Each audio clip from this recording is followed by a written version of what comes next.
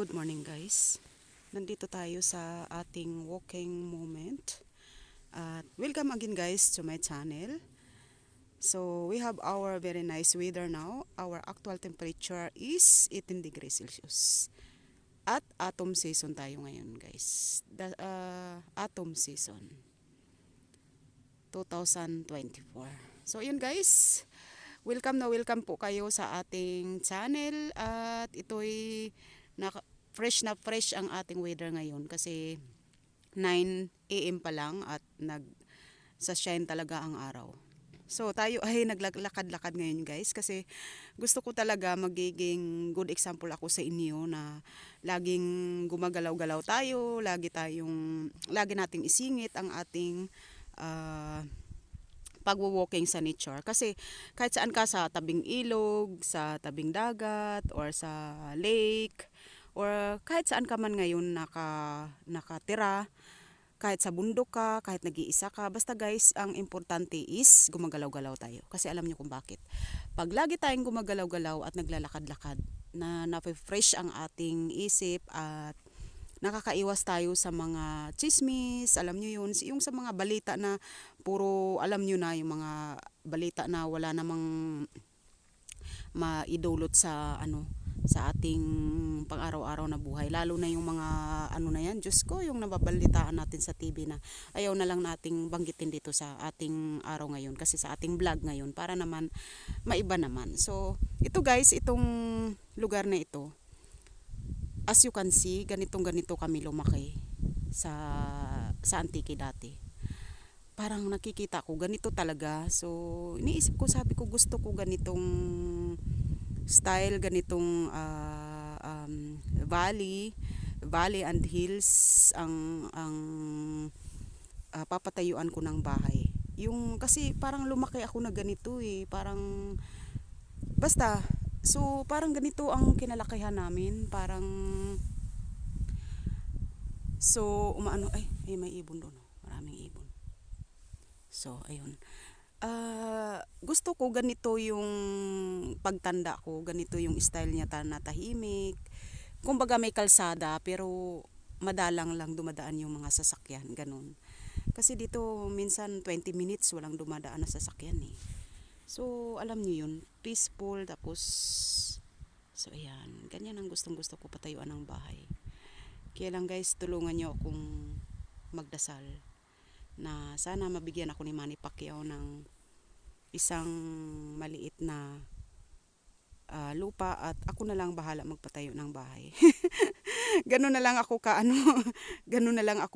talaga ka mapangarap. Kasi bakit si Manny Pacquiao? Kasi siya yung pinakamayaman, napakayaman, na super rich, na pwede nating nagbapakasakali tayo na mapansin ng ating hiling. So lalo na siyempre kami dito sa abroad, hindi naman kami basta-basta makabili ng lupa kasi sobrang mahal. So makabili ka lang dito kapag ang mo ay yung, kumbaga yung sahod mo is para kang doktor, ayan, or manager ka sa bangko. So makabili ka ng lupa dito. Pag bumili ka kasi ng lupa dito, aabutin ng 100,000 euro. Sa lupa pa lang yun. So sa bahay naman, kung gusto mo magpatayo ng bahay, aabutin siya ng 300,000 euro, mahigit. Ngayon, kung napakaliit lang talaga, isang kwarto lang, isang kusina, at isang CR, so aabutin ng mga 190,000 to 200,000 euro. So kung napakaliit lang na bahay talaga. So siyempre, ang normal na bahay na may 2 kwarto, isang sala, at isang kusina is aabutin ng 300,000 euro, mahigit. So kaya sabi ko nga guys, hindi lahat nasuswerte sa buhay. So kaya minsan ang mga kamag-anak natin sa Pilipinas, akala nila sa abroad tayo, mapera na tayo. So hindi lahat ganun. So siyempre dati nakakatulong ako sa pamilya ko, na bibigyan ko sila ng para sa pang-aral kasi maliliit pa sila dati, at ang trabaho ko dati is doble-doble. May trabaho dito, may trabaho doon, pero sobra namang hirap at ang tulog natin ay napaka kunti. So laging mainit ang ulo, laging masungit ang ugali. So iniwanan ang aking dating asawa. So ganun lang yun. Pero kagaya nga ng sinasabi ko guys, hindi lahat sa abroad is swerte. So yun, si Manny Pacquiao na lang ang ating pag-asa. Sana matupad, no? Tingnan natin guys kung anong magiging kapalaran ng buhay natin kasi ang bunso ko ay 10 years old, nag-aaral siya ngayon ng grade 4. So grade 4 ngayon, tapos grade 4 kasi dito sa Austria, ang elementary nila is 4 na taon lang. Tapos yung high school nila 4 na taon din. So mag first year high school na siya sa next year sa pasukan. So sana Lord, ang mga anak ko is magiging magalang silang tao, at lalo na sa magulang. Kasi ang mga kabataan kasi minsan kapag ang magulang nila medyo nakaluwag-luwag, so medyo hindi nila nakikita yung hirap ng ibang mga estudyante. Kagaya ko sa bunso ko, minsan sumasagot siya kay papa niya, sumasagot siya sa akin. Sabi ko, nak, alam mo, sa dati, sa bagay ako rin dati sumasagot sa mga gulang ko, sa nanay tatay ko. Pero kami kasi dati, ang kalagayan namin is isang kahig isang tuka. So yun din kaya yun ang sinasabi ko sa mga kabataan ngayon na kapag may oras na hindi mo lang maibigay yung kanilang gusto, ang kanilang laruan o bago nilang t-shirt, bago nilang sapatos, nagrereklamo na. Sasabihin nila, ay mama, alam mo ba yung mga kaklase ko, Adidas ang suot. Diyos ko, sabi ko, nak, ako din gusto namin yan maibigay sa inyo. Pero hindi naman lahat ganyan ang kalaki ang sweldo ng magulang. So, kailangan mag-aral lang kayo ng mabuti. So, yun yung inaano ko sa kanila, yung payo ko sa kanila, na mag-aral lang ng mabuti para mas magaan ang maghanap ng trabaho kung mayroong natapos. So kagaya ng aking isang lalaki ngayon, so ayun, ang trabaho niya is maganda. So thank you Lord, salamat talaga, napakabuti ni Lord talaga sa kabilang side. So siyempre ako, maswerte din ako sa trabaho dahil may sahod, pero siyempre guys, ang sahod ko is hindi kagaya ng mga engineer at mga nurse at mga medtech dyan na talagang may mga degree or engineer. So kasi siyempre, isa tayong high school graduate, naka-college degree, level, pero hanggang doon na lang. Siyempre, utos dito, utos doon, ganun. So at least kahit papano, hindi ako umaasa sa isang lalaki. At hindi rin ako humihingi ng pera sa lalaki. Maliban na lang kung talagang magsasabi sa, ako naman ang bibili ngayon ng ng ating uulamin. So yun, okay yun. Sige, sabi ko, gaganon ako. Tapos next day naman, bukas, ako naman magsasabi. Sige, ako naman ang ngayon, mamalingki, ganon. So, kumbaga lang. Mas madalas siyempre siya dahil mas malaki naman ang kanyang sahod. So yun guys, 'di ba napakaganda ng bahay na 'yan. So, kasi alam niyo bakit napakaganda, sabi ko guys. Luma pero peaceful at wala siyang agad-agad na kapitbahay. So, napakaganda guys. Ayun na. Gustong-gusto ko talaga dito. Gustong-gusto ko siyang patayuan dito ng bahay. Tapos lagyan ko siya ng maliit na swimming pool. Ayan. Para kasi dito guys, bakit gusto ng mga taga Europe na lagi may swimming pool? Kasi sa totoo lang dito kapag June, July, August, Diyos ko, sobrang init. Parang Pilipinas talaga siya. Sobra pang mainit sa Pilipinas.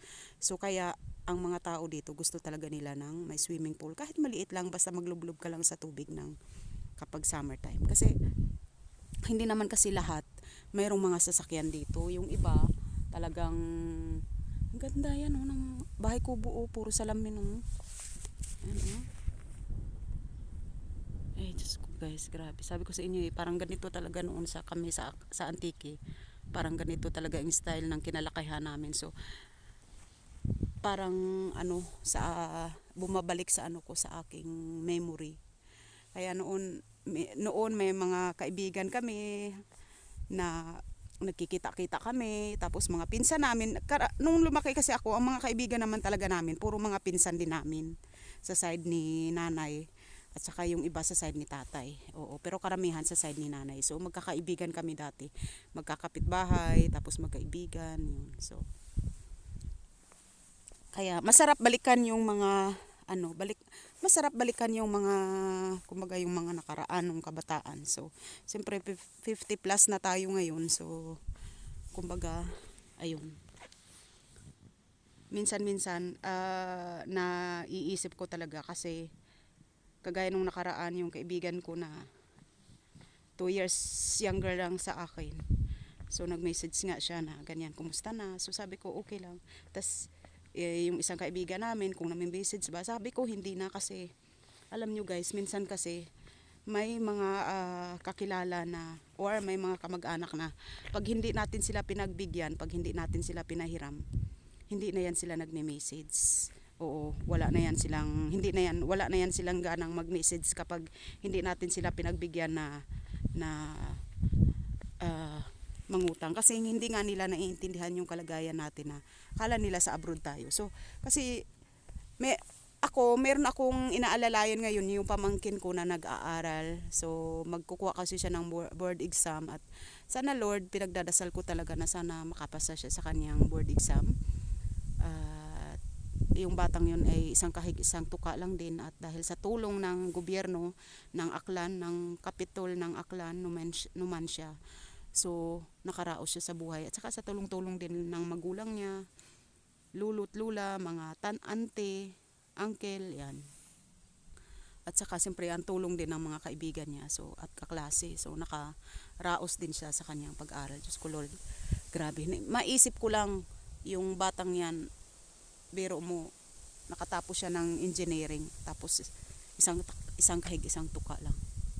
So may imagine ko lang dahil sa tulong namin na kaming mga magkakapatid na magbibigay lang sila ng 300 pesos, 200 pesos, 500 pesos, tapos yung sa Capitol ng Numancia Aklan magbibigay ng every 3 months ganyan ng 2,000 pesos, 4,000 pesos. Sobrang malaking bagay na yan guys. Kaya thank you so much Kapitol ng Numancia Aklan dahil sa tulong ninyo napakalaking utang na loob na tinatanaw yan ng pamangkin namin kasi sa laki ng naitulong ninyo, maliit man yan para sa inyo pero napakalaking parte yan sa buhay ng pamangkin namin dahil yan ay isang kahig isang tuka lang talaga at nagsikap siya. Kaya minsan naiiyak din ako dahil kung isipin ko lang, kung ako lang talaga kung kaya ko, hindi ko kailangang pagalitan yung pamangkin ko at hindi ko siya kailangang pahirapan. Kaya lang siyempre dahil nga sa kagaya ng sinasabi ko, hindi lahat ng sa abroad is mapera. Siyempre noong 15 years ago, ang tinulungan ko is mga kapatid ko at ang magulang ko. So siyempre yun ang malaking naitulong natin. So siyempre hindi lang naman ako guys ang nasa abroad. Alam ko naman na marami mga OFW dyan na sobra pang mahirap ang naranasan nila. Kaya ingat tayo mga OFW at ang mga lahat ng mga Pinoy at Pinay dyan sa abroad kung saan man kayo naroon. Ingat kayo. Ingatan nyo yung sarili nyo at bago kayo tumulong sa inyong kamag-anak, sarili nyo muna. Dapat meron kayong stable na job at may sarili kayong inuupahan or sariling bahay bago kayo tumulong sa pamilya ninyo. Kasi alam nyo, pag nagkasakit kayo, sino ang tutulong sa inyo? Sinong tutulong sa atin dito sa abroad? Siyempre ang ating sarili, di ba? Siyempre ako guys, may mga kaibigan din kami dito. Kaya lang siyempre ayaw naming isipin na pag nagkasakit kami nandyan yung kaibigan namin. Kasi may sarili din silang buhay, may sarili silang anak. So yung pagkikita namin, kagaya nung kahapon, nagkita kami ng kaibigan ko, tinulungan ko siya. So nakalibre ako ng pagkain dahil tinulungan ko siya. So alam niyo yun, may take home pa. Alam nyo guys, sa kaibigan, tutulong tayo. Hindi naman laging pera. Basta may oras kayo, wag lang ninyong pag may oras kayo, pwede kayong tumulong. Basta yung taos sa puso. Ang pagtulong kasi, kahit isang beses lang sa isang buwan yan, tulungan mo yung kaibigan mo na 2 oras lang. So malaking bagay na yan sa kanya at para sa iyo, basta mula sa puso mo na ang pagtulong. Kaya guys, alam nyo, pag may kaibigan kayo, pahalagahan ninyo. Huwag kayong magtatampo sa kaibigan ninyo kung wala siyang oras. Huwag kayong magtatampo. Tanungin nyo lang ng lagi lang kayong nice. Oh friend, baka may oras ka, labas tayo. Ganun lang. Huwag diretso na, uy, ikaw naman, ganun.